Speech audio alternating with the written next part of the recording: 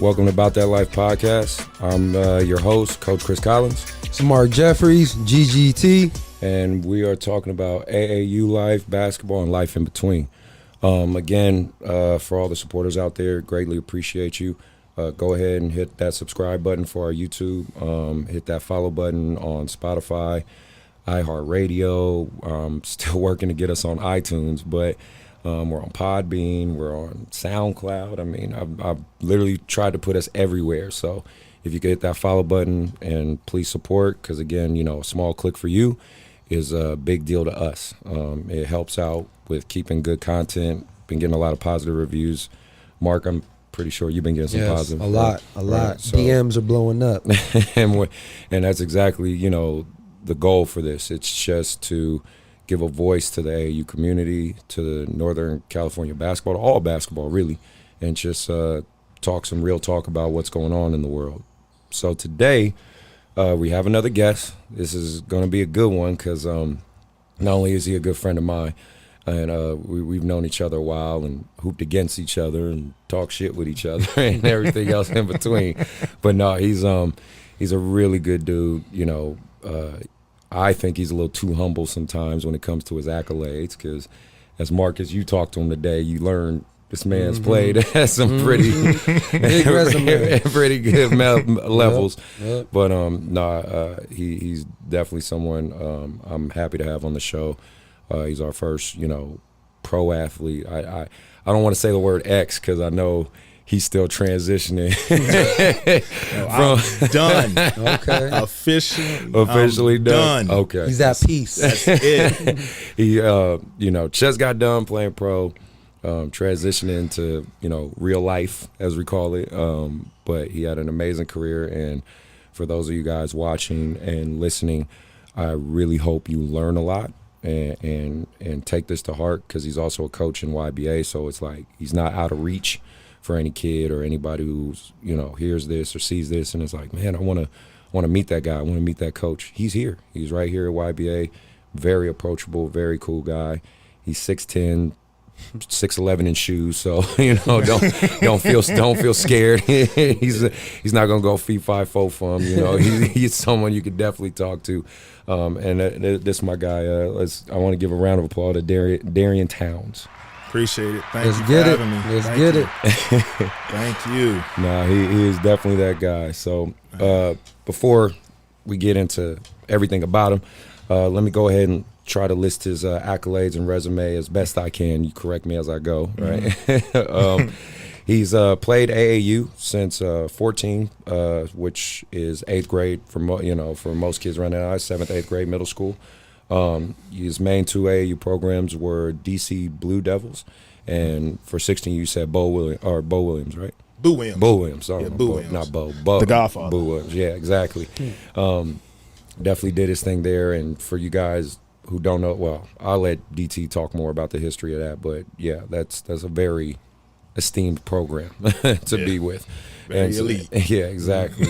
We went to 3 different high schools, so he was a journeyman already in high school, right? Yep. Yeah, and he went to T.C. Williams, Archbishop Carroll, and Hardgrave Prep, right? Hardgrave Military. Hardgrave Military Prep. Yeah. Okay. You know, some of his accolades, his most notable high school accolade that at least he recalls, which shit, it was a big deal. I mean, it's just what it is. Historic. And he did this as a sophomore at T.C. Williams. Yes.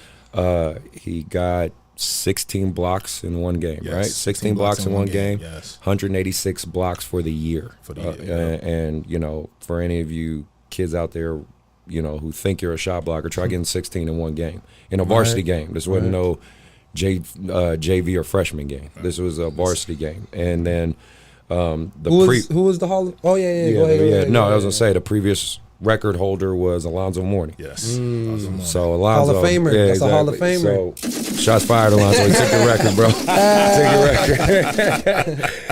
he took your record, bro. Which is a really big deal. And then, you know, we'll talk about his transition. He played D1 college ball. Played for the Razorbacks at Arkansas.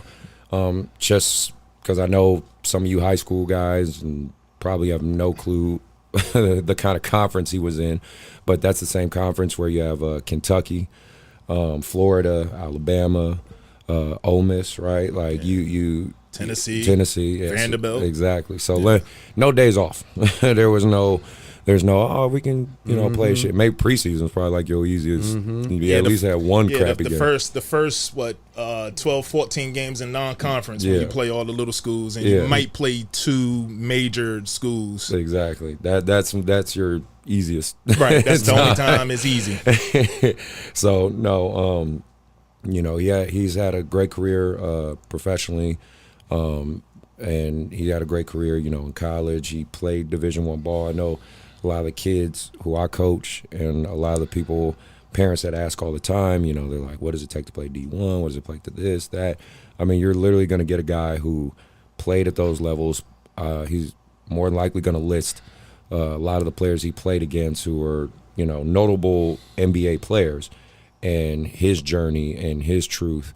And hopefully it gives some insight to you kids who, support and listen, and also to you parents so you really understand the jump between it two. Because, again, I went the JC route after I got kicked out of my D1, but my D1 wasn't even like, it was like a mid-major D1, so, and then I had to go into a D2, but work my way back up from JC. Right. We know your journey, Mark, and how you had to basically climb up, like, you guys.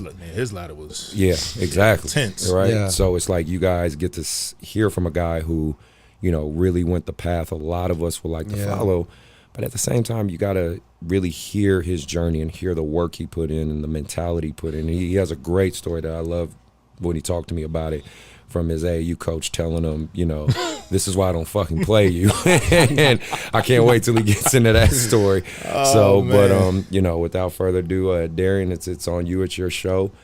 First question we got to ask is talk about your AAU life and experiences, and put us into that journey. Put us into the shoes of DT. Of DT. All right. It all started back in Virginia. I was playing with all my buddies, almost like a program like YBA. It was called Northern Virginia All-Stars. We played in a lot of local tournaments, and one tournament we went to was our biggest one. We had to go out and panhandle. I don't know if people know what that means. We was out asking for money, like bums. Yeah. To get to this tournament. This tournament opened doors for me. My first elite team that I went to was the DC Blue Devils. It's a Nike circuit team. Nice. Very nice. That's where the journey starts from there. I played, y'all might know who these people are. Isaiah Swan. Who else was with us? James White for a hot second. I know that name, yeah. High flyer. Yeah. Bounce? High flyer, yeah, with the bounce. James Flight White? Yeah, before he went to DC Assault. Yeah. Trey Kelly, he was another guy. He went to South Carolina. I played against him in college. But it was a lot of big names in the DC area. I played with them guys, played in a lot of Nike tournaments, the Peach Jam, the Memorial Day Classic, the Boo Williams Invitational, and all those tournaments. Just a quick story on that. We played at a team from Florida called Team Florida. These guys coming in there with goatees, gold chains, full-on beards. And one of the players that was on that team was Mari Stoudemire. Ooh. Wow. And he's pretty good. Yeah, damn good. And we just, looking like little babies. We got baby face, clean cut, all good guys. And we coming, they coming in there with sagging pants and like, looking like, thugs or whatever, But the team and the chemistry that we had was so good, we beat the hell out of that team. Nice. Wow. We beat the hell out of that team. And that right there, Boo Williams was there scouting, and that's how all that transpired, and that's how I ended up playing on his team. Nice. As a 15-year-old playing 17, and I also played 16, but I played more 17 than I did 16. Right. Playing with Boo, I learned so much, being with that guy. I played with one of the greatest shooters ever, J.J. Redick. Wow. Played with Jared Jack, Elton Brown, who was a good player who I looked up.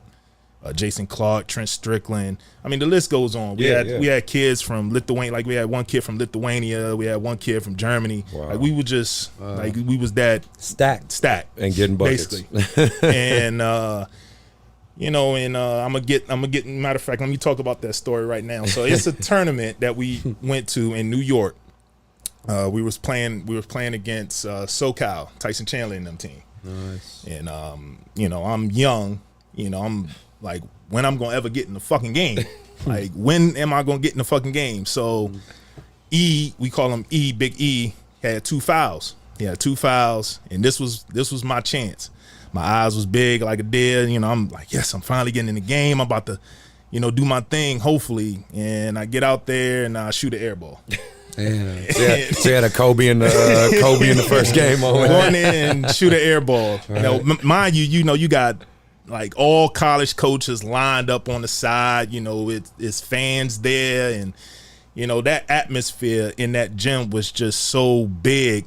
As a young player like myself, I never seen that before. You see it on TV, but I'm there in it. Yeah. And next play, dude come down there, spin off me, dunk.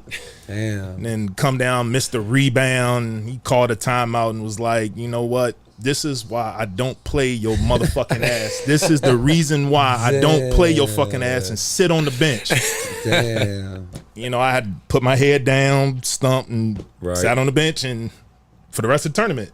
But again, even piggybacking off that story, because what he said to me when we talked was actually very profound, and I want the kids to hear this from you, is you said to me that you sitting that bench with that team and practicing with them really clicked something for you, and you learned a lot, in that moment, because, again, and now you're seeing it more and more that you get in this AAU world. You have so many parents who, and I talked about this, before, they want to jump until they hear what they want to hear rather than take an experience like yours where that kind of humbled you and you're like, I got to learn. So what I learned from that, because, as a kid, we want to go out there and play. Right, of course. You know what I'm saying? We want to play. Of course. So me bitching to my mother, she was like, no, you're going to sit your ass down and you're going to play on this fucking team. And I'm like, okay. Like, what can I say? This is my mother, Right. Yeah. Because I was trying to go back and play, with my boys over at Blue Devils. But what I learned by sitting on the bench was how much you can gain by sitting there watching those guys play. And I learned more sitting on the bench than I did me being out there on the floor. Now, how you look at that, people be like, dude, you sound crazy by saying that. Don't you want to play? Of course we want to play. But sitting on the bench and learning how the game is actually played when those guys is out there, I learned quickly. And just watching how he approached the game, his attitude, his shot, the way, how he talks to the refs, how he talked to Boo, how he talked to JJ and everything. Just, I learned so much watching that guy. And then when my chance finally came, when I was 16, I think I showed you that picture. Yeah. That tournament right there was the start of basically my AAU career. We just got finished beating J.R. Smith team. Wow. Nice. Tim Thomas players. It's a very well-known team. I'm pretty sure they're still around. Oh, yeah, absolutely. It was the Southern Invitational. We played in University of Virginia. And they had 2 guys on that team that was going to Syracuse that year. And how that started, it was damn near almost the same like when we played in that tournament in New York.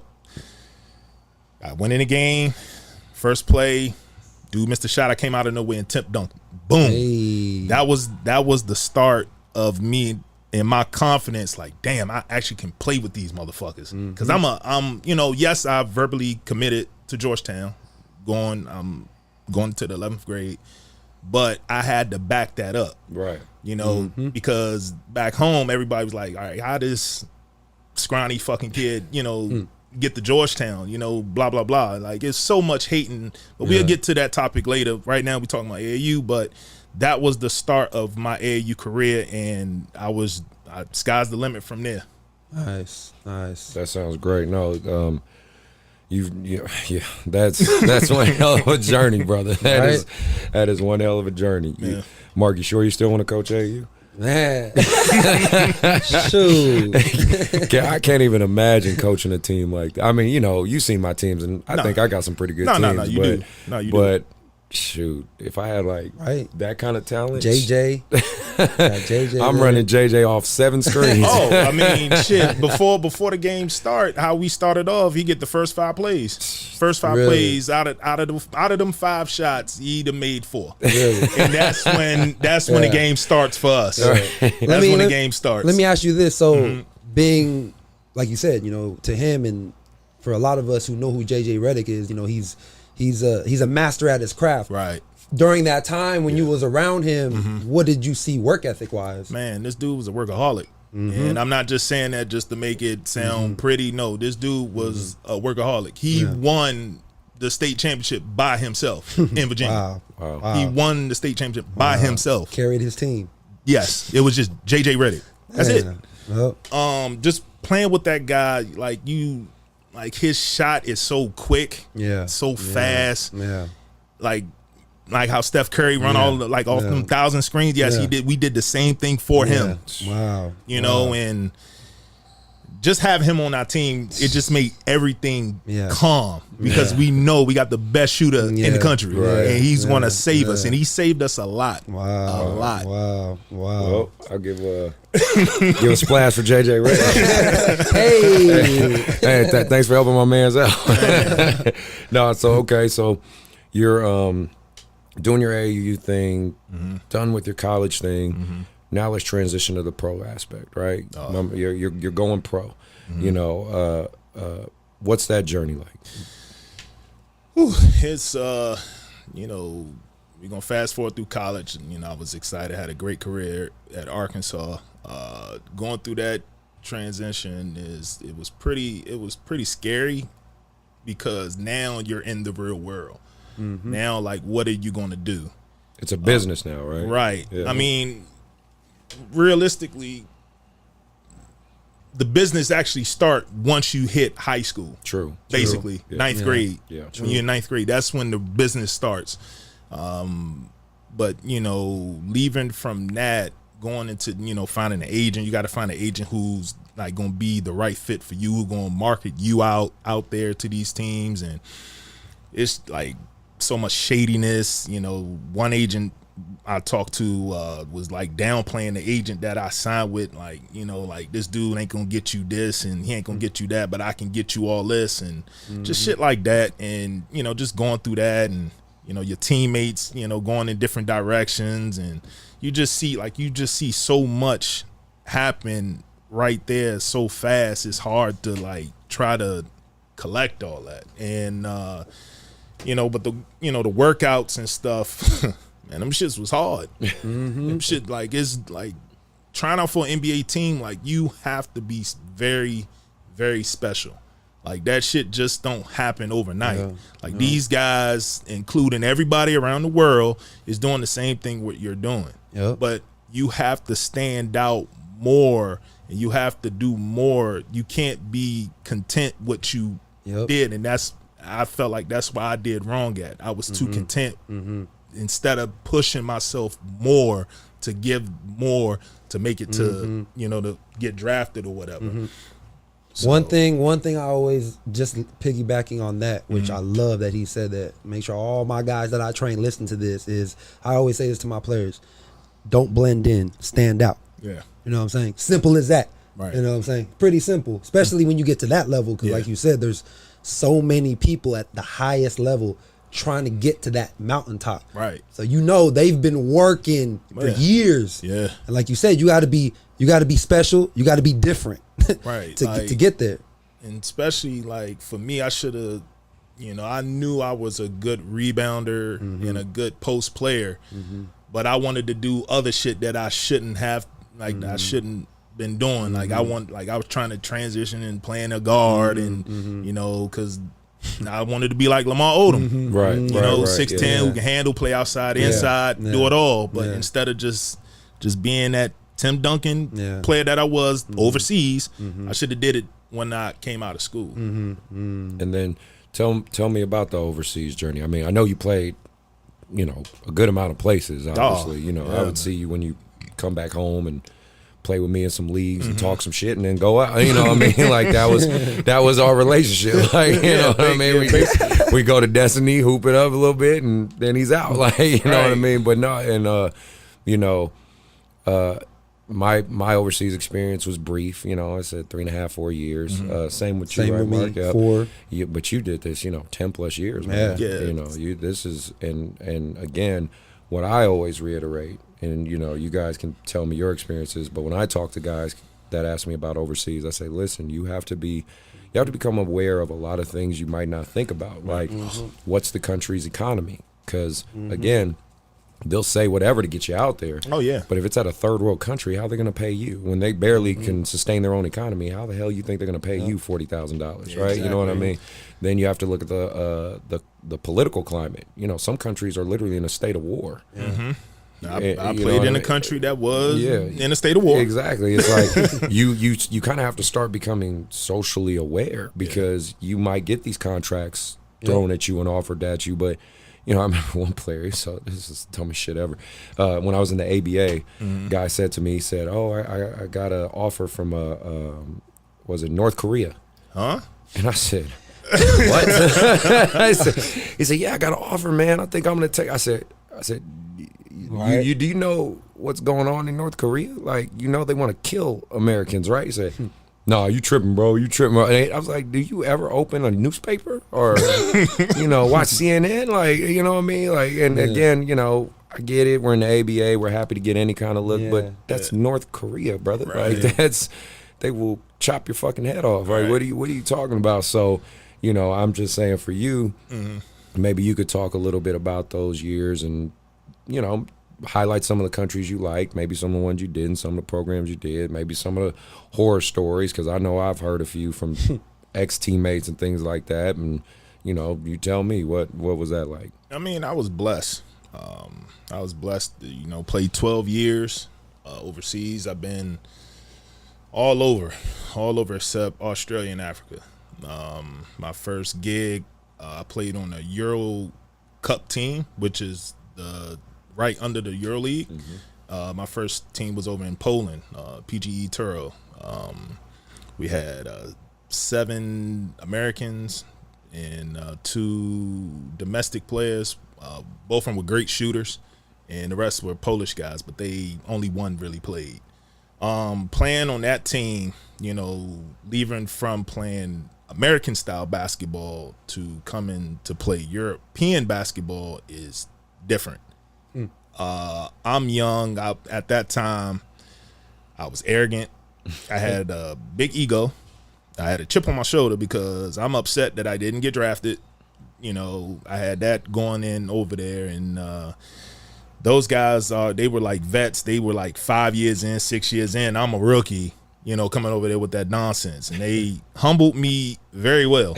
They humbled me very well, and the coach that I had, he was very, very tough, man, very, very tough, and he took no bullshit, and I actually played very well out there with the time I did. We beat Bros Basket, who is a big team. I think they're EuroLeague now, I think. But at that time, they were Euro Cup. That's when I had 10 points, 8 blocks, and 5 assists. That was like my breakout game in the Euro Cup. Solid. That guy that I played against was Arthur Johnson. He played with the Miami Heat at that time. And I did my thing against him. And, you know, shit happened. I got cut. Going through that was pretty tough. I got cut from the team and ended up playing in the D-League at that time and sitting the bench on there. So, you know, playing in the D-League is very political. Absolutely. I'm not, you know, that's all I'm going to say about that. I did 3 years of that political. I played with Nick Nurse. 1 year. Okay. With Iowa Energy, learned a lot from him. He's a great coach, great dude. But European basketball is not what people think it is, because everybody has a role, and it starts like from the 5-man. All you doing is setting pick and roll, pick, roll, pick, roll, pick, roll. So you got to be in pick roll shape if you're a 5. Right. If you're a 4-man, you basically is like Kevin Love, stretch 4, top of the key, 3-point shot. Basically, you're going to have the ball in your hand majority of the times if you play in the 4 position, mostly at the top of the key. Yeah. Playing the 3, that's basically the athletic player. You basically stand in the opposite corner of the 2. The 2 is the only one that's going to shoot the fucking ball only in the corner. It's only in the corner. That's it. Only in the corner. Okay. And the 1 is basically, he's the floor general. Yeah. You know, running off the screens, hitting the guy off the 5, or he may take a shot here and there, but basically he's going to either give it to the 2-man for the shot, or he basically going to pass it back up to the 4 and start the offense basically all over. It sounds like the floor is just spread. Yeah, spread out. It's just spread out. Just spread. Yeah. Everybody run the same plays. Yeah. Man. So it really comes down to just your individual talent. I mean, creating out of those systems. Yeah. And, you know, I mean, I played in a lot of different countries, you know, playing in Asia. Basically playing over there, like, you really have to be an all-around player. You can't be just one-dimensional. If so, you're gonna get cut. They're gonna send you home. Don't matter how good you are. If you're not doing what they ask you, they're gonna send you home. I got a funny story because this is in the Philippines, and you might know. I saw a dude drop 40 right off the plane. Drop 40. They sent him back home. Real talk. Sounds about right. For real. And they won the game too. They won the game. And I remember asking my agent, I was like, this when I was in the Philippines, like why? Yeah, like you drop 40 and then you're out of here. It was the way he interacted with his teammates. Yep. It was the way he talked to the coaches. Yeah. You know what I'm saying? But like, he just dropped 40 though, and it was nasty. They sent him home. Yeah. And I was like, But okay. that piggybacks on a big point, because I know straight up for me, because I had to really grind it out to get noticed. Even for my first contract was fucking terrible, but I really had to like grind it out to get there. Likability goes a long way. Yes. Like if your teammates like you and your coaches like you, it does go a long way. It not just the skill, but like you know, liking the person, right? You know what I'm saying? Because I really talk to kids about that. That's why I circle back to the kids I coach. I said, you know, college coaches are stuck with you for potentially 3 to 4 years for 6 to 8 months of their life. Yeah. So if they don't like you, they don't care how talented you are. They like, get the hell out. Like, I'm not dealing with you. And the same transition, I think, matters a lot at the pro level too. What they do for the college level is they'll just recruit another player over your ass. Exactly. And if you see the coach not talking to you as much like he was before, joking around, you know, do you want to work out and all this stuff? They'll recruit another player and they'll be on that guy. And then you wonder why is coach not talking to me like how he used to? Yeah. Well, you probably rubbed him the wrong way. Yeah. And it does carry over to the pro level because, like, let's say, you know, you guys are overseas players, right? And, you know, like I said, I come over there with my ego and all this stuff. Y'all look in my face, smiling in my face and everything, but they'll go right behind your back to the coach like, he got to get the hell out of here. And then, like you said, drop 40 or whatever, and then you getting a ticket, you know, here's your ticket, you know, thanks, blah, blah, blah. Like, why did I get cut? They ain't going to give you no answer. But it's basically the players. It's not a good fit. Right. It's the player. It's true. Yeah. But yeah, man. But nah, I had a ball. My favorite place was Hungary, Holland, Taiwan, and South Korea. And Lebanon. I remember you like Lebanon. Not going to like it, but I'm sorry. Lebanon was my favorite. One of them. Yes. Nice. Why? Why? Because I get to do anything I want. Wow. Okay. I can drive fast if I want. Wow. Like that. Like that. That's what's up. Yes. But they really love basketball out there. And I met a lot of good people there, the locals. If they love you, they love you. And they'll do anything. Like, they'll give you their shirt if they could. You know, even though it's a third world country, you know, Syria's right there. Right. You know, in all them countries. And they were in war at one point. Excuse me. They were in war at one point like you can hear like the planes and shit going by. You see the tanks and stuff going down the road. Like I seen so much in that little country, but I can say if you doing your thing in that country, the whole country knows who you are. Wow. Nice. Wow. That's great. Yeah. That's dope. No, that's a great. I mean, that's a great experience, brother. It is. So for your journey, can you tell me or circle back to any maybe coaches, trainers that really like helped you along the way, or that you kind of like, hey, shout out to X because you really helped make me the guy who I was? I got 3 shout outs. Gus Homestead is one. Right, nice. It's Flash the Gus. Dave Ankrum is 2. No Dave. And my uncle. Hey. My uncle. And I break it down nice for all 3. Gus, like with me training with Gus, I learned how to control the ball at like a guard. Footwork, nice. Like certain moves, he's good at that. And just having a lot of those pro guys, come back and play, and when we when we play pickup and stuff, it was a great atmosphere. Nice. Just being in training with Gus. Dave Ankrum, same thing. A lot of pro guys come through there, but what I learned from Dave is the backboard shot. The backboard shot. Everything, left hand, I'll develop a left hand. And the backboard. That's what I gained from there working out with Dave. Nice. Shooting with my left. He for someone to be 55 plus still playing basketball with guys that's high school, college, and pros, and still giving people buckets. Yeah. It's crazy. That's how I want to age. Gold. Just throwing that out there. Like this 55? Wow. 55 plus. And he also plays in leagues too. So he's training with us. Yeah. So he's getting beaten, bruised, and stuff with us. So when he plays in his league, it's easy. I love that. It's easy. And that's great. Just working with him and, just being under him, learning so much. He played overseas also, so he went through the grind and all that stuff, like how we went through it. And his son is actually going through it now. And I learned a lot from Dave, just being with him. And then my uncle, he was the true master of me growing up as high school. Like he taught me everything. He got me into a lot of the workouts I wasn't even supposed to get into. For instance, like working out over at Georgetown, like playing with Michael Jordan, playing with Mike Sweetney. You know who Mike Sweetney is? Yeah, absolutely. Big man. Terrell Owens came through sometimes.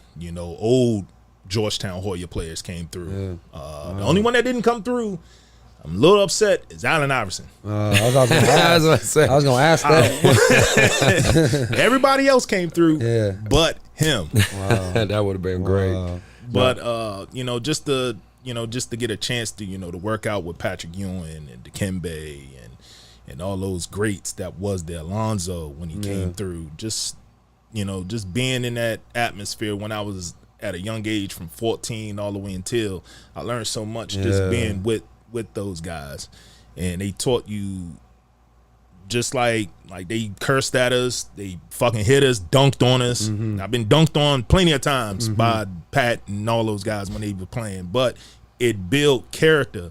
So when I went back to high school, it was a piece of cake. Yep. Sped up the process. Yeah. So you're coaching in the club now, and I know that transition's interesting. But outside of, and we'll get more into that one too. Yeah. But now that you're here, you're home. I know the family's happy you're home, and I'm glad you're here because it's good to see my friend. What's 5 years from now looking like for you? What are you thinking? Hopefully, me and you can run this city. Hey, I like that. I would definitely take that challenge on, brother. I love it. And I deal with a lot of shit along the way, but you know me, I don't care. I deal with it either way. No, I like this, man. It's great that 3 basketball minds Well, I should say actually 4, because Ty, I got to give you some credit, brother. I know you behind the camera, but hey, y'all don't know this man's a basketball head too. So we 4 brothers out here, loving basketball, talking about it, and just trying to help the next generation. So I just can't invalidate that enough. Right. That kind of goes back to the next thing I want to transition to. So COVID, right? Because again, it's just part of life. Got to talk about it. It's, maybe a year from now it won't be, but for now it is. It's forcing kids to play outdoors, right? It's forcing kids to train outdoors. I know, Mark, you're doing a lot of training outdoors. 7 days a week. Yeah, I see a lot of it. We working. And we're in California. We're in Northern California at that. And just for anybody who's listening outside of this, it is not cold out here. It is very hot out here. I mean, I think probably in this room right now is like 70, and we're still managing okay. But trust me, it's hot in this room. But we're working shit. It's getting to the 100-degree weather. I know yesterday it was like 103. It was hot. It's July. Yeah, July. Exactly. So what do we think about that? These kids are like, I can at least say this in the beginning. I actually, I know I would assume, especially for me and you, because we're to the same age. Like, I played outdoors a lot. I was about to get into it. Yeah, I played outdoors. So, I was lucky enough. I grew up in the Bay in Oakland, so you never really get too crazy hot because you're right by the ocean and stuff. But still, you're playing outdoors. I mean, in the city, where you might hear a gunshot or two, or you might see a crackhead shoot by real quick. Like that's your playing ground. You know what I mean? And that's your classroom. That's where you're getting better. That's how you're learning the game. That's how you're getting tough. That's how you have OGs teaching you how to shoot, and you're figuring shit out. You know what I mean? These kids. I mean, we literally have I have an AAU club that has its own facility. I mean, come on, man. I wish I had an AAU club that had its own facility like that. Man, So it is kind of funny and interesting seeing the kids. I believe with this COVID stuff, it's showing the kids that really want this. Yes. And the ones who don't. Exactly. The ones who, and I always say to my kids, I said, there's basketball players and there's kids who play basketball. Ooh, I like We're that. finding out who the basketball players are, because the kids, Bracy, and shout out to Bracy. He had a great Instagram I watched post. that. You saw that? Bracy's a trainer. He does Team Rampage. In Vallejo. Really cool dude in Vallejo. And he had a nice story he was talking about. It was like an 8-minute video, but I'll give you guys the cliff notes. He basically just said, man, if I'm at a high school and I'm noticing my rival high school is outdoors training and practicing, I'm calling my high school guys, and I'm like, man, we got to get the fuck out here, because we can't lose to these guys. We can't use COVID as an excuse why we're not in shape and why we're not, doing our thing. Is using COVID as an exactly. excuse. So I'm just curious of your thoughts on that. Man, just to touch on, playing outside, for the old heads like us, that was our gym. Playing outside. We didn't play indoors. It was strict, that was a luxury. Right. That it was strictly hardwood. Concrete. Yep. Outside playing for hours. Hours. And now I tried to go out there and play on the concrete.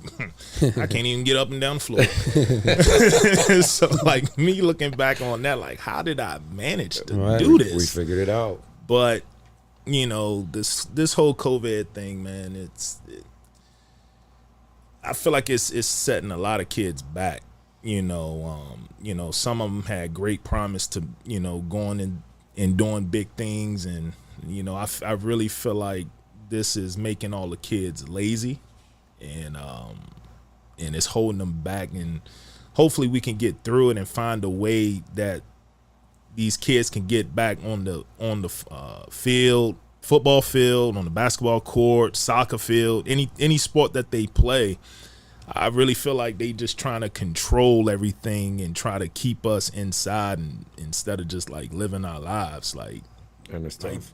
For someone who's trying to, they finally got, their confidence in playing, and okay, mom, this is my year, and this happened.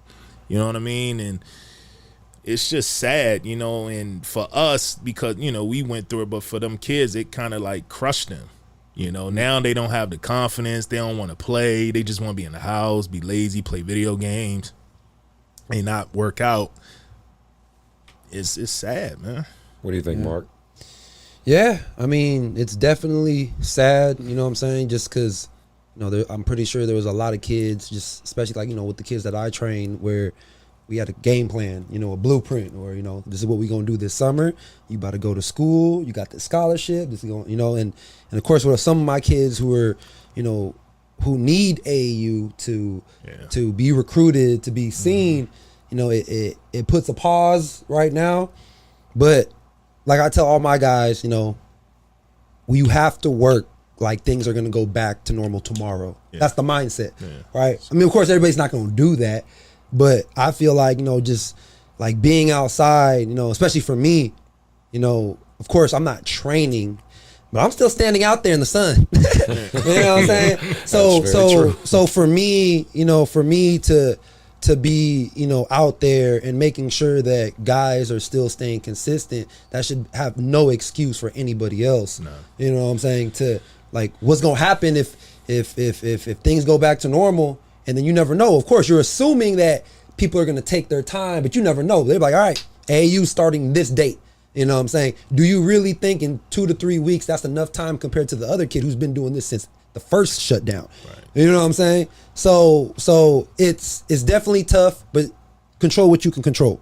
All right, being in the gym or being outside, working on your game, whether it's hot or whatever, bring a gallon of water, get your muscle memory up. That's all I have to say about that. You're right. And I watched a lot of motivational videos and stuff all the time at UPS. I think I told you guys that before. And Arnold Schwarzenegger said something that was pretty funny. He said, people talk about, he said, man, sleep 4 to 6 hours and then, get up, work, lift, because obviously the man was Mr. Universe for 4 years in a row. He said, people are saying to me, whoa, what do you mean sleep 4 to 6 hours? I need 8 hours. He said, well, go to sleep faster. You know what I mean? He said, go to sleep faster. I love that because it's like, kids will say, well, it's hot by 8 o'clock. We'll get to the fucking park by 5. Right. Like, shut up and get to the park by 5 then. You know what I mean? Get there before it's hot. So high school basketball, going into that, it's basically been verified. A lot of high schools are doing distance learning. In our area in Rockland, it might be like 2 days in class, 3 days distance learning. Sounds about right for everybody. Football for most schools, if it's even happening, is not going to happen until January. Those football seasons are going to be extremely short. And that means basketball is not going to happen until March of next year. And that high school season is going to be league, maybe some playoffs in league, and done. Back to AAU. How do we feel about that? No high school season for a lot of these kids. Imagine seniors, juniors, right? Like, now what do? Do they basically just invest and prepare more for AAU, or is basically this high school season irrelevant now? Yeah, you know what I mean. I mean, I feel like AAU back when I was playing, I felt like AAU was dominant anyway. Like, high school was okay, yeah, we're gonna play high school, but AAU is where we really need to showcase. Yep. I think it's great for the kids. Now I don't know if the coach is still gonna go through it with the video, or they, we send tapes, or they're watching the games, or if they come live. But if so, I feel like you got a better shot trying to make it to a school than you playing high school. Because from what I've been hearing, just talking to different people, it seemed like their high school coaches don't do shit for them. Not nowadays. Not like it used to be. High school coaches, were more the pivotal. And I'm speaking this as a high school coach because I coach at Whitney High and I'm the JV coach there. But yeah, most of the recruitment nowadays, college recruits, 35% of them come from JC. I think it's 82% come from AAU. Wow, that's the numbers. Like, people can look it up. If you believe in Google, go look it up. Like, that's just what it is. It's the truth. I mean, because like I said before, without me playing on Boo or Blue Devils, I probably wouldn't be here talking to you. Yeah. Like AAU is a big platform. It can hurt you or it can help you.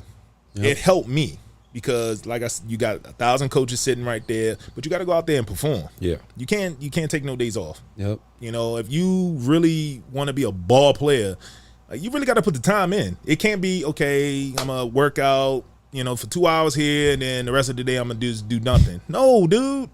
No.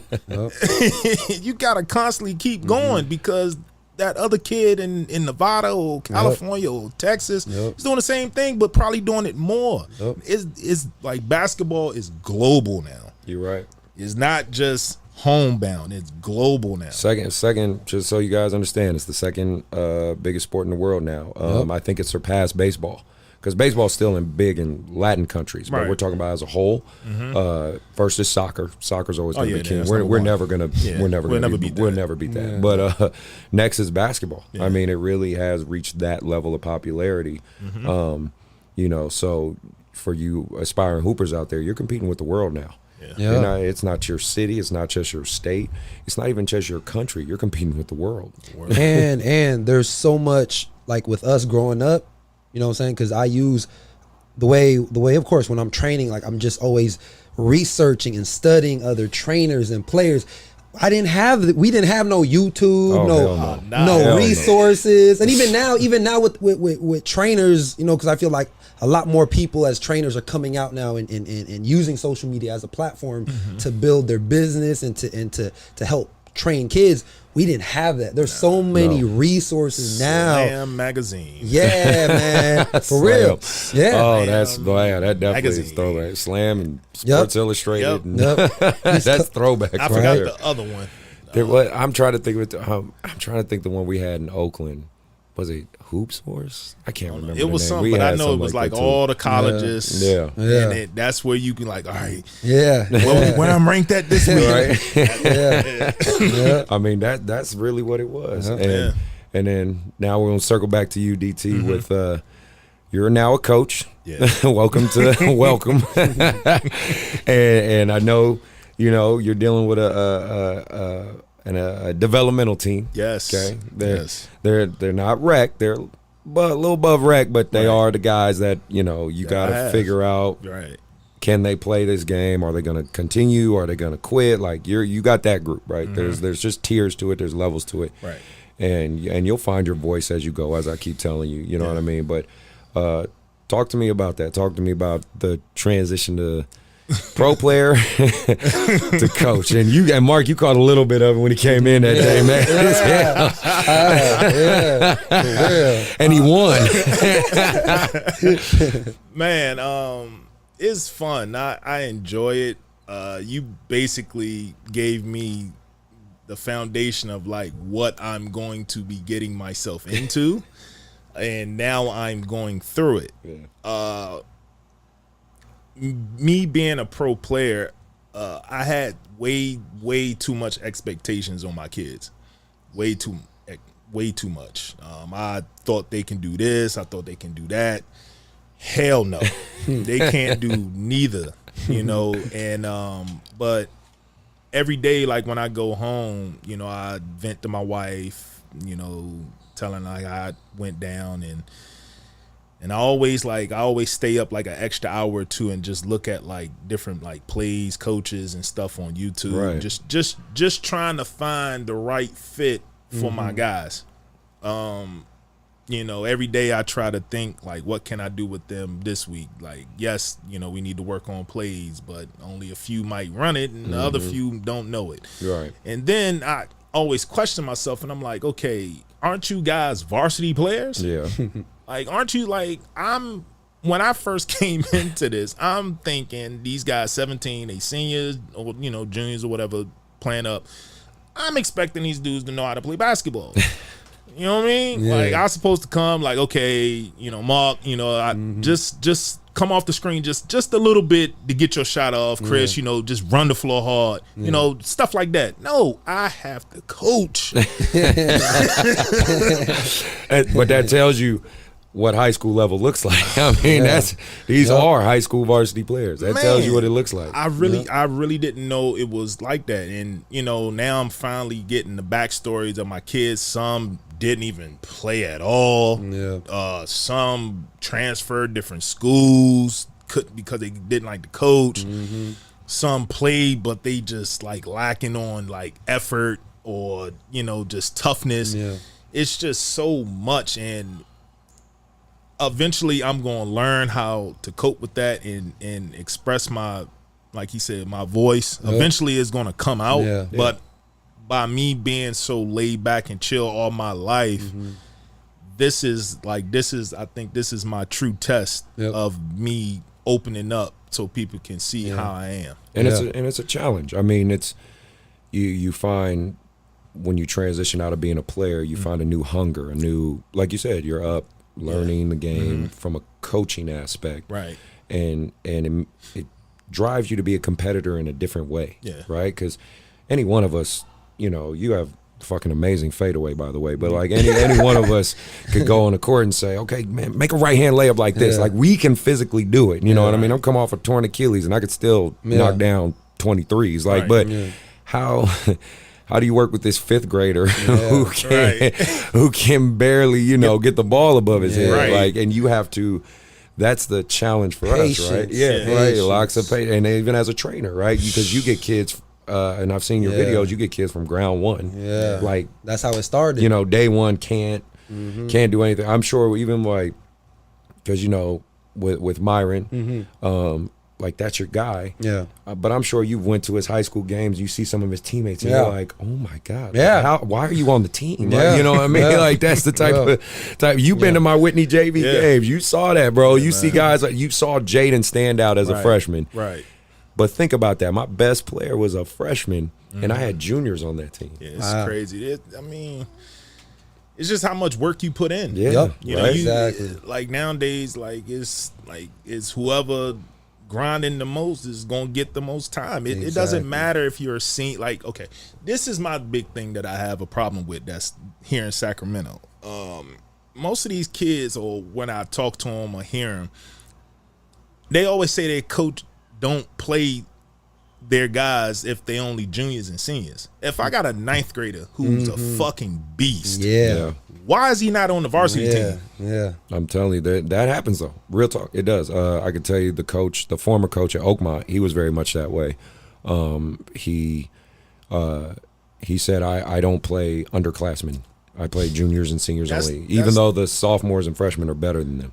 That's the dumbest thing. I got this guy for the next 3 years. Exactly. We can make something happen. Exactly. But I don't get it. It's just confusing to me. It's just weird traditions and things like that. I mean, hey, who is it knows? A type of, like, of course, like I said, I'm a trainer, so I don't. So, is it a type of coach? Is it an old school mentality? Are these coaches more from back in the day? I believe so. Like the coach at Wood Creek, Hibbs. Who won state, I think, a couple of times. He's a legendary coach, but he is very old school, very old school. He don't. I think just this past year he just started pressing. He wouldn't press because he just didn't believe in pressing. I'm like, what fucking high school team doesn't press? Like that's all I do. I'm a press and running gun. We trying to get 30 on you like in 2 minutes. Like, you have some who are just very, still rigid. To be fair, and maybe this might rub some people the wrong way, but I can at least speak on it from my journey because of the coaching and the different places I've been and the different coaches I know. It's more white coaches, straight up. White coaches are typically more the rigid guys. I would say brothers. Like if you go to Grant with Coach Denard, shout out to you, Coach D. There's a reason Grant won sectionals. I mean, he plays to his style of player. I feel like I watched them play. Right. I feel like you were at the playoff game. Yeah, you were at the playoff game. I feel like brothers have black coaches have a tendency to try to evolve, right? And understand that my style of coaching has to adjust to my personnel. Right. Unfortunately, I feel with most Caucasian coaches, I'm not saying, and I can only speak on my experience. So for people listening, he's saying all white coaches. No, I'm not saying that. I'm just saying from my experience, more Caucasian coaches have a harder time sometimes transitioning to, okay, I gotta evolve, I gotta change. There's a reason Coach K and Coach Calipari are still some of the best in their fields. They've evolved with the game. The best coaches evolve with the way the style of the game is. You know what I mean? Yeah, if you want to be successful. In the high school level, because there's more intangible, like their job isn't pending. Typically their job is not pending on if they win or lose. because they're usually teachers. They usually work for the school. Athletic director. Exactly. So it doesn't. They can go 0-30 and they're still gonna have the job because they're like, oh, I want it done my way. This is the right way, and it's like that's why you don't win. You know what I mean? Right. So that's what I think you see at this high school level, especially out in places like this sometimes. Yeah, it's just, I mean, I'm still trying to figure it out. Like, there's no way, like, I still get upset about y'all game. Like, I still talk to it till this day. Like, they should not lost that game. I feel like that 5 in, 5 out. You can't do that when it's money time. Right. This is money. That coach from Grant didn't make no subs. He made 2 subs. And this was just so you understand the context we're talking. This was the game that would have, I think, led to the semis. It was going to lead to the semis. It was the second. I think it was the second round. So it was Grant versus Whitney. Wow. And I mean, it was a battle, but again, Whitney lost, unfortunately. But that game, if they would have won that, I really feel Whitney would have won the entire, because Grant beat us, and then they won all the that game. Whitney versus Grant was really to determine who was going to be the division champions. That was the championship game. That was the championship game, in my opinion. And I felt like watching, like I was just being just a regular guy. Like, I don't know, because I watched his game. That's JV. That's totally different program. Like, I always been hearing about Grant. Let me go watch this team. And I've been hearing, Whitney because of Anthony and the kids that's here at YBA. So I was like, this is perfect. You know what I'm saying? And it was a good ass game. Yeah. But I just felt like Whitney had the upper hand they should have won the game. Yeah. They hands down. They should have won the game. Like Grant, they had 2 guys, dribble the ball, shoot. That's it. Dribble the ball, shoot. Yeah. Run the zone. They had 1 shooter, and he was decent at that. Yeah, you know what I mean. Whitney had big kids, but they never played to their strength. They got the bit, like, what's that kid name? Ryan, right? Big Ryan. Play through him. Play through him. They didn't do that. No, he never touched the ball. What were they doing then? What was the game plan during that game? It was a lot of guard play. I mean, it was, they were trying. It was a lot of transition basketball. I mean, it's just Coach French, and that's my guy because I do work for Whitney. He does have a particular subbing pattern, and I'm trying to help him even break that habit because, again, it works for what he has. Typically, he didn't have the athletes that he's getting now. You know what I mean? And I'm catching shit because he's getting some of those athletes because you got a lot of YBA kids all of a sudden going to Whitney. So everybody, of course, blames me. So I'm like, I ain't telling nobody shit. Yeah. But I think him breaking the habits is something he's learning to do and he's willing to do now that he realizes he has the pieces to do it. That Grant game, I think, was kind of his look at, like, you know what, I do got to change a few of my subbing habits because there was just, sometimes he would sub that maybe he didn't need to, or sometimes where he could have went, like, he could have had Anthony and Ryan in more and run with a 2 big, 2 big lineup. Yeah. Because they had their 2 bigs out there. Yeah. So, but he runs a 4-out-1-in system, which overall is a good, I mean, they had a great record last year. Whitney was winning. Like, they were one of the top schools. But again, playoff basketball is different. It's not the same. Yeah. You can't take because that team that you beat by 30, normally be the scary team to watch out for because now, hey, we got none to lose. They fucking hitting shots. Like, this dude can't shoot. He hit like 6 threes. Exactly. You know what I mean? And it's just the luck of the draw because it's a whole new environment, whole new game now. But I really, to this day, I really felt like Whitney should have won that game. But, shout out to Grant. They won. Got good players. And I enjoyed watching them, man. It felt like a college atmosphere. For real. They had the bands and all that. Remember that? And everything. That, like, the atmosphere and that was like, I was looking at Grant band more than I was watching the game. I'm telling you. Yeah, it was entertaining. Yeah, man. You know what I mean? It was a great atmosphere. Yeah, I enjoyed it, man. I enjoyed it. But, just... I hope these kids, and I hope they really take the time to work out and master their craft and stop being lazy and, If they talking about they want to play at the next level, dude, you have to. Yep. The workouts have to be extremely. Exactly. You know, like I love what Ted said. He said, "It's not sacrifice; it's investment." Yep. Right? It's not sacrifice. You're not sacrificing time. You're investing your time. Right? And I love that. Love that look. Like that one word difference. You know Yeah. what I mean? Makes a huge. You're not sacrificing. You're investing. Yeah. Right. They can be gone like that. Exactly. Like 12 years went by that fast, and I'm 35. For real. College went by that fast, 4 years. You know what I mean? Like time is going extreme fast. Time is undefeated. Yeah. Always. And speaking on great games, this is kind of something I want to point out just for myself. I want to give a shout out to Coach Robinson and Team Touch. A lot of those kids were former YBA kids, the twins Tyree and Tyrese Rose and Derek Lamb. Those are some guys I've worked with and coached, and Derek I trained. And my friend, so just a quick precursor, Coach Robinson was a YBA coach. He had an elite team, an 8th grade elite team. I had an 8th grade elite team. He unfortunately decided to leave and create his own team, which is Team Touch, which is from touch shooting. It's an Adidas Gold Gauntlet team. Okay.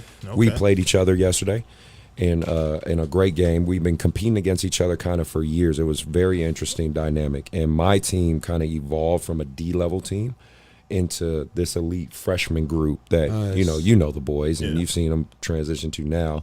You recorded them. I mean, you saw them. And the twins that were there when you recorded them, those boys were former YBA kids. Okay. And so it was a lot of emotion, very high intense game because we had played Robinson previous years before and we kept losing. And I got a player from Humboldt. His name's Brandon. And this kid's phenomenal. His mom is actually the women's head coach at Humboldt State University. Oh, okay. So I have her son, and this kid is amazing. And he was a huge X factor. He hit basically the game winner to go up on them. But I just want to give a lot of credit to his team. It was an incredible game. We won by 51-50. Oh, wow. Jaden had an amazing game. I mean, it was one of those games where everybody in courtside started watching it. They went to the main court and just started watching it, and they were just like, "Whoa, this is one hell of a game." And I mean, it was just two titans. I mean, it was just two Titan freshman teams going at it, and it was brutal. You got some texts, you got some, elbows being thrown. I mean, it was like the atmosphere was very similar. Like I said, that Grant Whitney, it was just, and at the AAU level, that type of atmosphere because everybody's basically superstars where they come from. So it's like an all-star game if guys wanted to play defense. Yeah, that's basically what it is, and it was just amazing to be around. So again, Marcus, I just wanted you to hear this because I know you listen to my podcast and you support it, but your team did an outstanding job. I'm very happy we got the chance to play each other and had a great game. The only thing not a fan of is his assistant coach Kevin, and I don't give a shit if you hear this, bro. Like, stop being a jerk and love the kids whether they win or lose. Because just a quick version, like once we beat him, he didn't want the team to even shake our hands. Wow. Just because that's bull. Exactly. But Robinson, because he's the head coach, he said, "No, fuck you. We're gonna shake hands. We've known each other for years." Like, you know what I'm saying? So if sorry to cut you no, off. you good. So if he would have won the game, y'all would have shake hands. Oh, we gonna shake hands and cheer, and then of course he's transitioning, I guess, in their huddle because Robinson told me he's trying to discredit my team, saying they're not even that good. We beat them for the past 2 or 3 years. Remember I told you about the long game? Remember the long game? Yeah. You might beat me for 2-3 years, but eventually I'm going to pass you up because my guys are always working, always getting better. I'm always trying to help them get there. So, again, Kevin, if you hear me on this, dude, relax. Like, that's all I'm trying to tell you. Relax and be for the kids, man, because that type of attitude, if you're in a position as a coach, we have a lot of power. We have a lot of influence as coaches and trainers, and we need to make sure we're at least doing our best to set the right example. Right. If you're saying if you're showing to your kids as a coach you can't lose gracefully, right? How do you think that's going to translate to those kids growing up, and then especially if they're in college or if they're getting looked at by colleges, and let's say they're 20 down in a game and now their body language is poor and they're having shitty attitude. What college coach is going to be, that's what I need on my team. Like I need a goddamn kid that hates when he loses. I was like shit. I was just watching. It's off topic. It's hopefully it doesn't sound stupid, but me and my wife were watching The Karate Kid yesterday. A little flashback. He sound like the guy from Cobra Kai who's teaching his kids how to. You know what I'm saying? I'm like, damn, you can't do that. You know what I'm saying? So I know it's off topic. It was just kind of funny. No, that's exactly what. Shout out to the wifey. Yeah. So, and then one thing I wanted to ask, just because it was a funny topic, and I just figured we should talk about it because we're all men. We're all fortunate enough to play high-level basketball, college basketball, and just be crazy and have fun. Mm-hmm. I think basketball players get more attention than all the other sports. I think we're cooler, we're more trendy. Like everybody messes with us more than they mess with, let's say. Don't get me wrong, like football players have their notoriety, but like Tom Brady, right? Everybody knows Tom Brady. Yeah. But do you know the third string guy behind him? Like, do you know the third string quarterback? No. Probably not.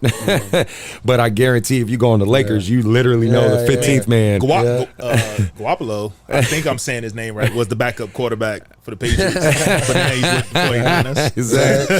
So that's what I'm saying. Like, it's true. It's true. Right? Look at Caruso from the Lakers. Yeah. Everybody loved Caruso. You know what I'm saying? I feel like basketball, because like you said, like, you had a great time in Lebanon. That was me in the Dominican. Like, in the Dominican, man, like, people knew me, ladies liked me a little bit. They loved the beaches was great, man. Like it was fun. So I just wanted to get you guys' take on I feel like hoopers we're just cooler. I don't care what nobody gotta say.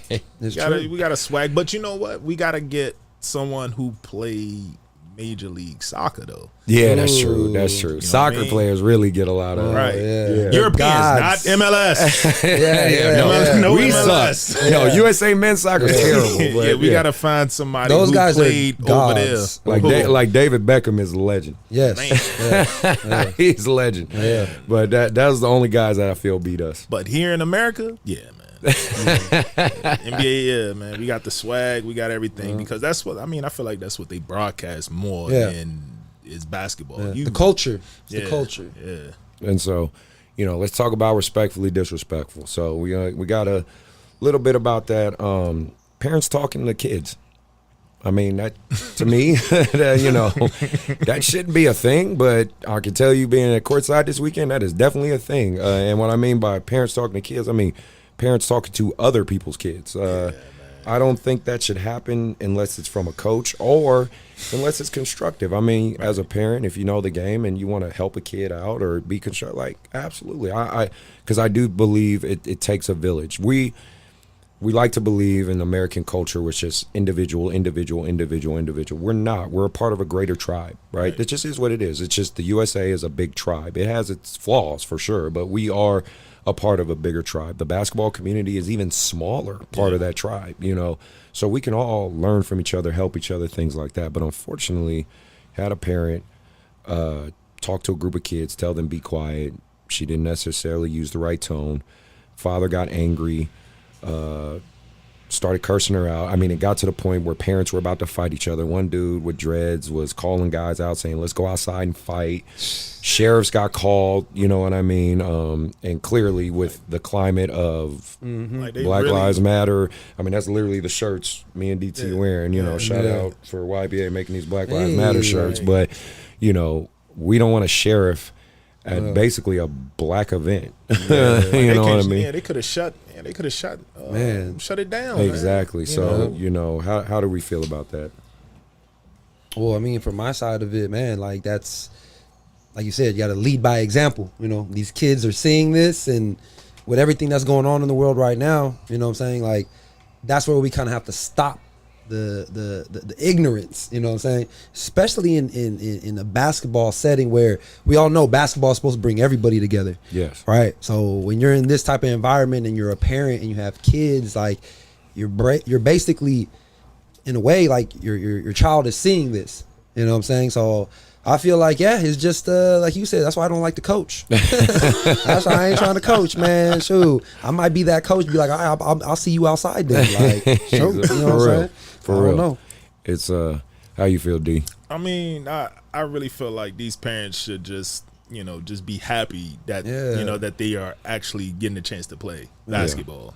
Because some point down the line, your son might play with your son. You know what I mean? So how I look at it, I always be nice, no matter what. If like let's say if your son is gunning and everything, you still want to support. You still support that kid. You know what I mean? Because like I said, one day you might be on this kid's team. True. One day, so I try not to get into that type of atmosphere. I try to be calm, supportive.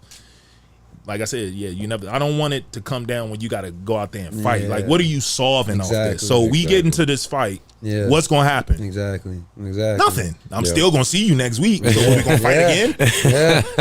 I mean, this is how it's going to go the rest of the time? Exactly. And, the kids are seeing this. The kids a kid will be like, well, shoot, my dad said I'm about to call somebody out too then. You know what I'm saying? Like, right. And, like, let's just say if it was college coaches there.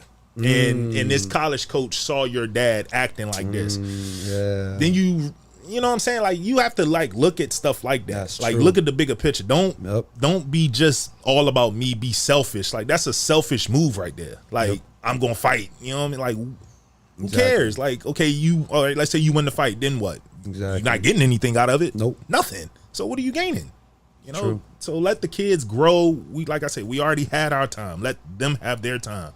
And let them go out there and showcase themselves. And exactly. And again, as I said before, we're a part of the bigger tribe. Like we want to see, I would like to think we want to see everybody succeed. So, just try to keep that in mind, parents, please. Because even the day before, I told you guys I was in between Matt Barnes' sister, right. and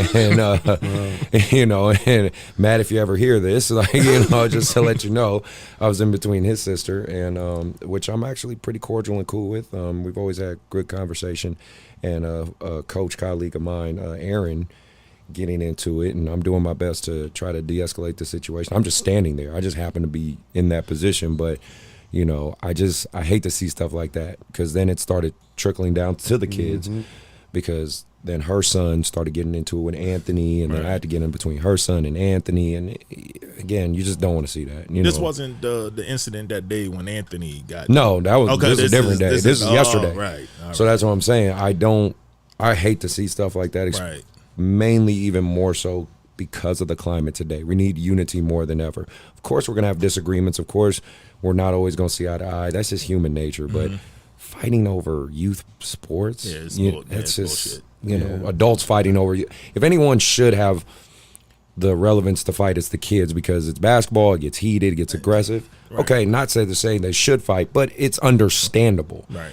Parents fighting in the crowd, it's hard to understand that in any capacity. You know what I'm saying? So I just feel like I want to get that vocalized. Like parents, anybody out there, please let's try to do better. Let's try to set the example for the kids. We're not perfect. We're not even going to try to portray like we're perfect. But every day we can try to do better. I want to talk about one more thing, and before we get out of here. It was something that was just kind of on my mind. I was watching more of Gabe the Great. You remember the link I sent you? I got to forward that to you, DT. It's really, really good. Okay. He was talking about black AU versus white AU. And is there a difference, the cultural differences? And for those listening or watching, let me really try to clarify black AU and white AU.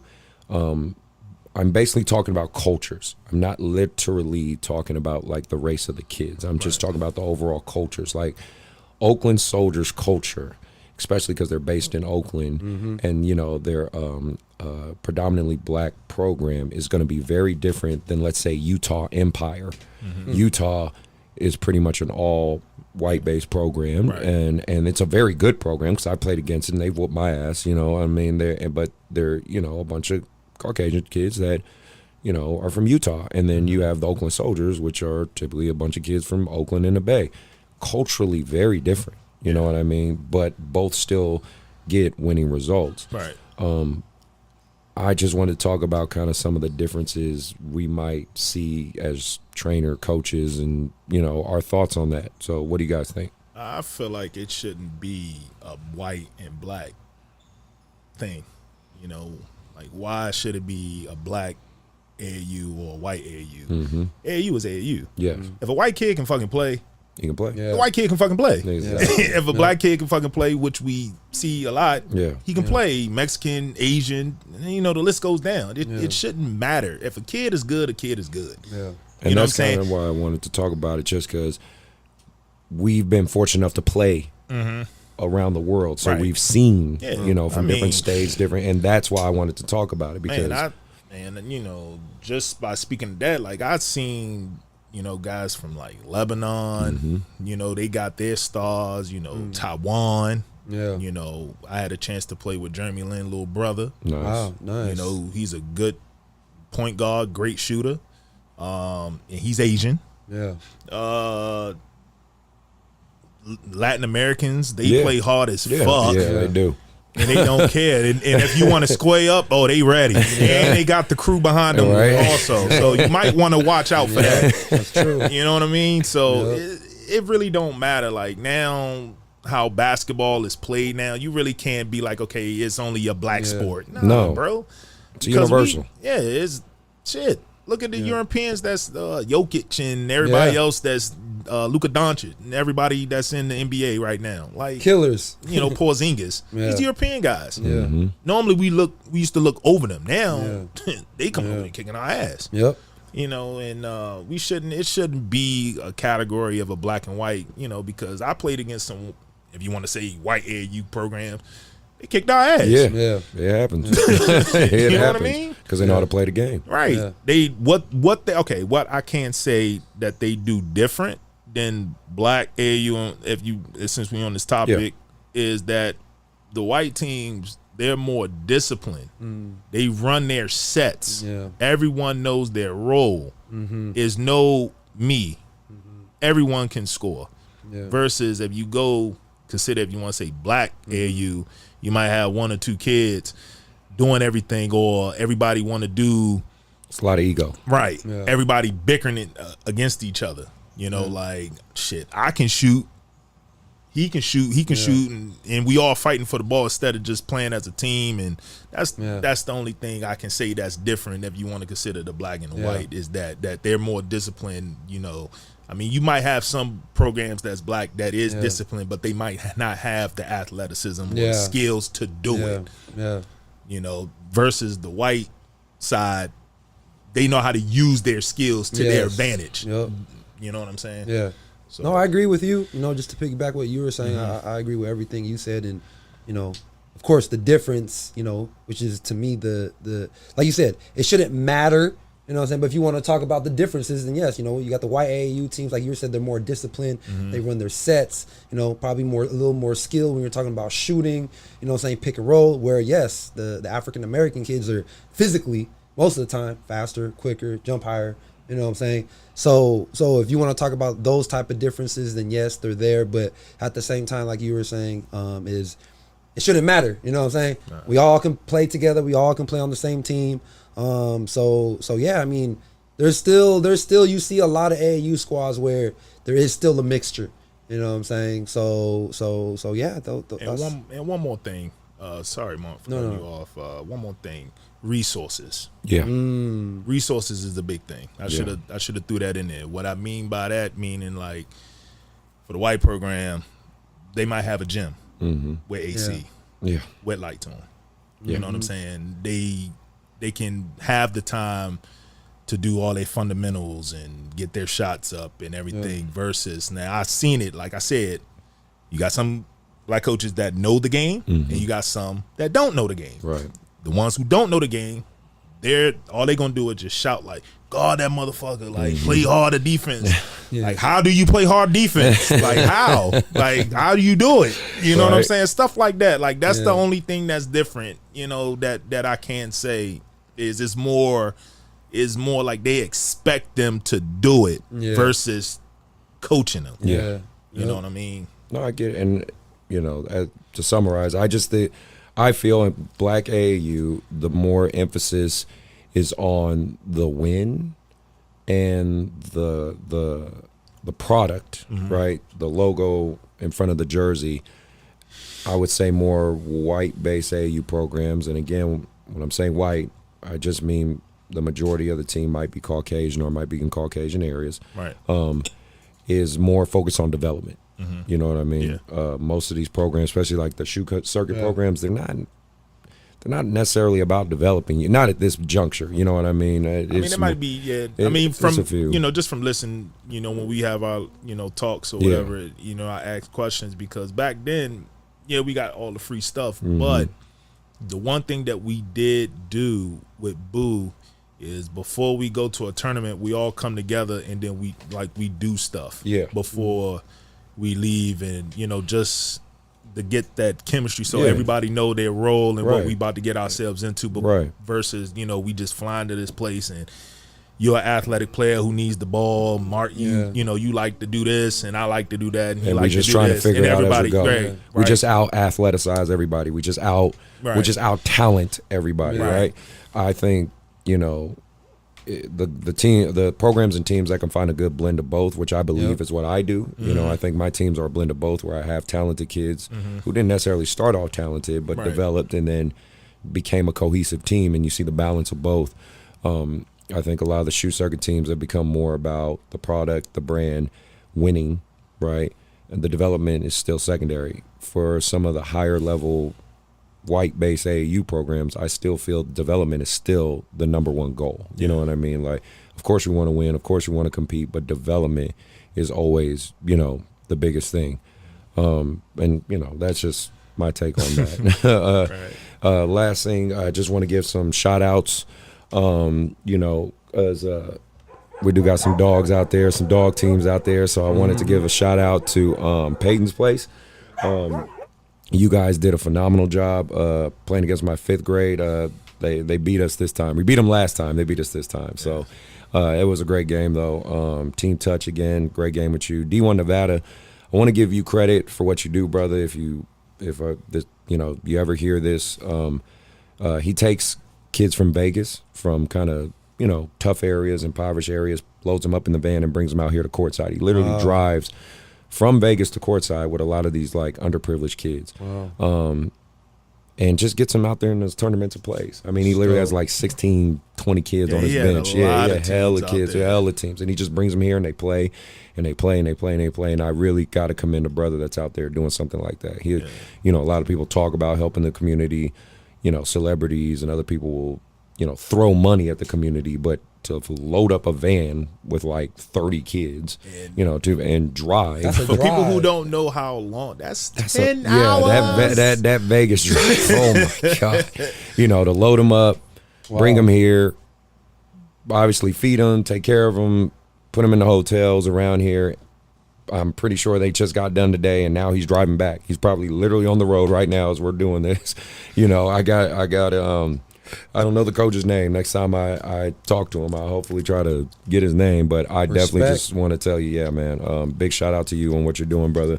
Throw a splash out there for him on that. And, I just want to say again, we gotta be happy we have basketball for as long as we have, because especially with the shares coming to courtside today, I have no clue if this shit's gonna be gone tomorrow. So, for the kids out there hustling and still working, man, keep training, keep grinding, and keep being proactive on trying to progress, your game and your career. Yeah. Anything you got to add, Mark? No. Stay working. And any last words, DT, before we get out of here? Nah, man, I just want to, just say thank you for having me on the show. Oh, yeah, man. I'm a big fan of it. I watch it while I'm at work. It's a lot that I didn't cover. If you invite me again, I'd be happy to say more. I try to keep it short because my wife know I can talk for days. That's why I kept asking how long does the show can go. We're making good time. We are. But I'm just speaking, from the beginning part, like of me expanding, talking about AAU and all that stuff. Boy, I can go for a longer time. I think I gave all the key points that I needed to get off my chest to let these kids know how hard work you have to do, and how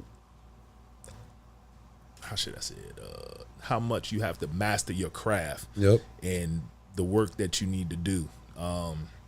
I can say a secret that helped me be noticed from coaches and college coaches and everything else. I had a discussion with a kid yesterday.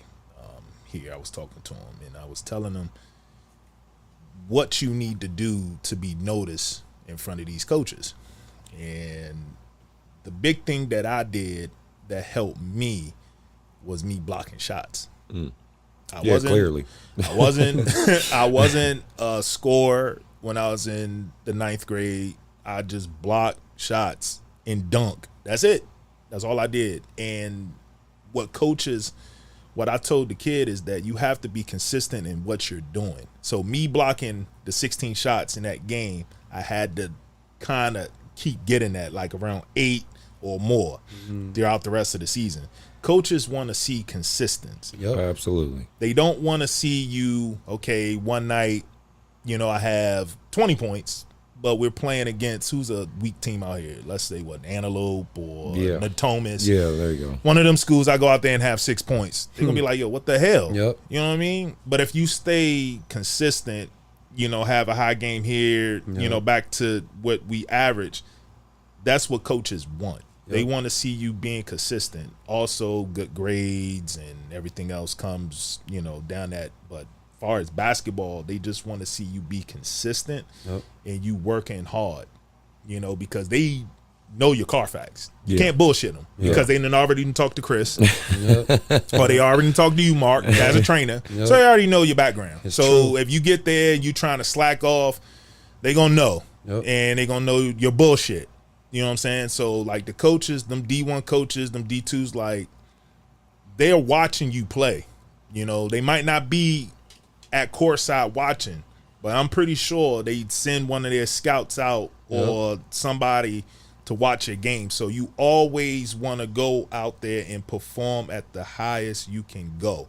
Yep. Don't take no plays off. Exactly. Produce. Right. Absolutely. So, well, again, D, appreciate you being here, brother. Yeah, man, I enjoyed it. I'm glad you're here, man. I just want to reiterate to everybody, thank you for those who are supporting. I do see, we're getting plenty of downloads. We're getting people that are listening. It's growing little by little, and that's all, like you said, consistency, right? That's all we can ask is little by little. Please subscribe again on YouTube. Follow us on our IG, Bout That Life Podcast. Follow Mark's IG, our IG, GGT, God-Given Talent. You can follow mine, Hoopstar I Am. Go shoot, give Darian a follow, man. Team Townes over here, give him a follow. Yeah. But no, we really appreciate the support, man, and we just hope that you keep enjoying the content. Hope you got a good taste of reality hearing from a guy who played at the highest levels and really made a niche for himself and had some success. Again, everybody out there, keep grinding. Kids, stay positive. We know it's some tough times. We're dealing with some funny situations, but basketball never stops. And that means you have no excuse, no reason to keep stopping. So do your thing, and hope everybody has a good day.